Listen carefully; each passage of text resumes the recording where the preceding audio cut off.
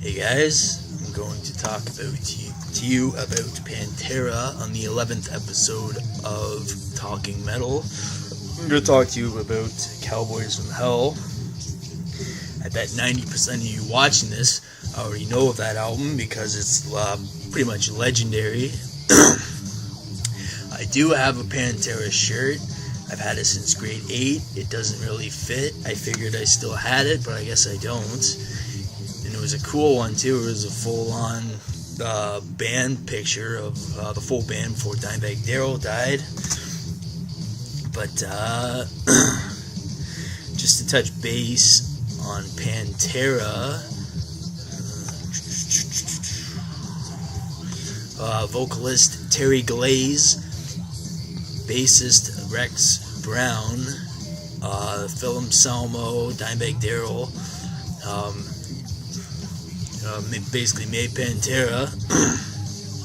Looking for a new and heavier sound, Pantera replaced Glaze in 1987 with Phil Anselmo. So I guess, okay, Phil wasn't the second vocalist, as a new vocalist. Starting as a glam metal band, Pantera released 4 albums during the 80s. For their 5th album, Cowboys from Hell, released in 1990, Pantera, which is also the same year of the Black Album, I do believe, Pantera introduced a heavier groove metal sound. Their 6th album, Vulgar Display of Power, which I also own in physical copy, is also an amazing album. It was released 2 years later in 1992, and it revealed a heavier sound than Cowboys from Hell. And their 1994 release, Far Beyond Driven, debuted number 1 on the Billboard Top 200. Tensions began to surface amongst the band members when Phil Anselmo became addicted to heroin in 1995. This resulted in the recording sessions of The Great Southern Trendkill. This band is from Texas, by the way. Released in 1996, that was The Great Southern Trendkill, to be held separately. The ongoing tension lasted for another 7 years, in which only one studio album, Reinventing the Steel, released in 2000, was recorded. Pantera went in hiatus in 2001, but was disbanded by the Abbott brothers, which is the drummer and Dimebag, in 2003. After concluding Anselmo would not return to the band, the Abbott brothers went on and subsequently formed Damage Plan, while Anselmo began work on several side projects, including Down and Rex Brown, with which Rex Brown joined as well. Any hopes of a reunion of Pantera were lost on December 8, 2004, when Dimebag Darrell was shot and killed on stage by a deranged fan during a Damage Plan concert in Columbus, Ohio. There's an actual video of the shooting on YouTube. I will post it in the description below. Shortly after Power Metal was released, Diamond Darrell, as he was then known, auditioned for Megadeth's vacant guitarist slot, and he was invited to join the band. Darrell insisted his brother, bandmate Vinnie Paul, he included, but because Megadeth frontman Dave Mustaine had already hired a drummer, Nick Menza, Darrell declined, and Mustaine instead decided on Marty Friedman. The Abbott brothers refocused their attention on Pantera, and in 1989, they were given the first shot at commercial success. In 1987 was also when the band formed their relationship with Walter O'Brien at Concrete Management, the management arm of Concrete Marketing, who remained their manager until they disbanded in 2003. After being turned down 28 times by major record labels on the face of the earth, Acto Records representatives Mark Ross and Stevenson Aguino were asked by their boss, Derek Schulman, who was interested in signing Pantera, to see the band perform after Hurricane Hugo stranded them in Texas. Ross was so impressed by the band's performance that he called his boss that night, suggesting that Pantera sign to the label. Acto Records accepted, and at the close of 1989, the band recorded its major debut album, Pantego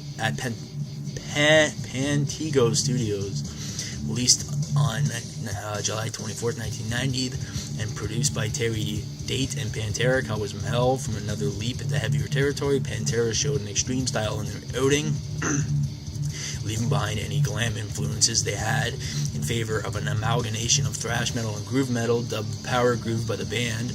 Although Anselmo still used Eric Adams-influenced falsetto vocals, he also adopted a more abrasive delivery. Darrell's More complex guitar solos and riffs, along with his brother's fast-paced drum work, were evidence of the band's extreme transformation. The album marked a critical juncture in the band's history. Many fans, as well as the band itself, considered its Pantera's official debut. Cowboys included the tracks Cemetery Gates,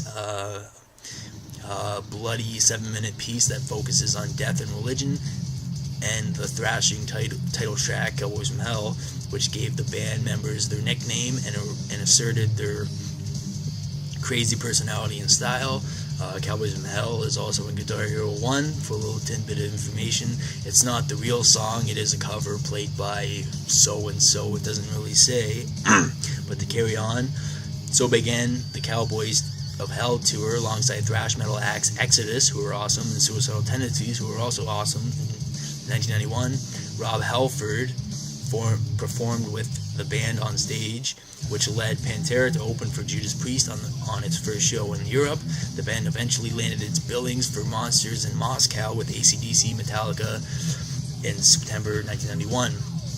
That would have been a fantastic show, where they played to a crowd of over 500,000 people in celebration of a new freedom of performing Western music in the Soviet Union shortly before its collapse 3 months later.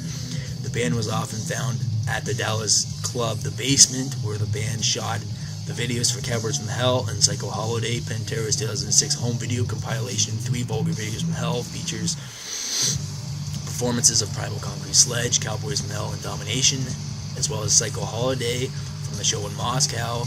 I fucking love Pantera so much. They're one of my major influences. They were like one of the bands that got me introduced to metal, as well as Metallica, Slayer, and Megadeth, as well as Anthrax.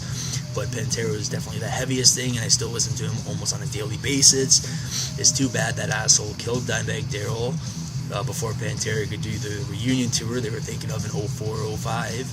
He was shot by a deranged fan at a Damage Plan concert. Luckily, the fucking guy was killed by a shotgun blast to the face by an undercover cop while he was shooting up the audience. Good reaction time and good people saved a lot of lives that day, because a fan being killed could have been any one of us watching this video, because I know for sure I would be in the front row headbanging my fucking head off until I die of a brain hemorrhage or a neck injury. But this concludes my 11th episode. At least I hope it's my 11th episode. On Pantera, which is an amazing band. As I said, all the stuff, you know, you're gonna go check them out if you haven't, but I'm pretty sure you already know Pantera, so I'm just rambling on for no reason. And I have a link below, because you can actually find the Dimebag Darrell concert where he was shot on YouTube. And if you go watch the video, please leave a comment saying something positive about Dimebag, as he was a guitar god who died way, way, way before his prime. And since I don't have a band shirt, I will just say to stay metal, my friends.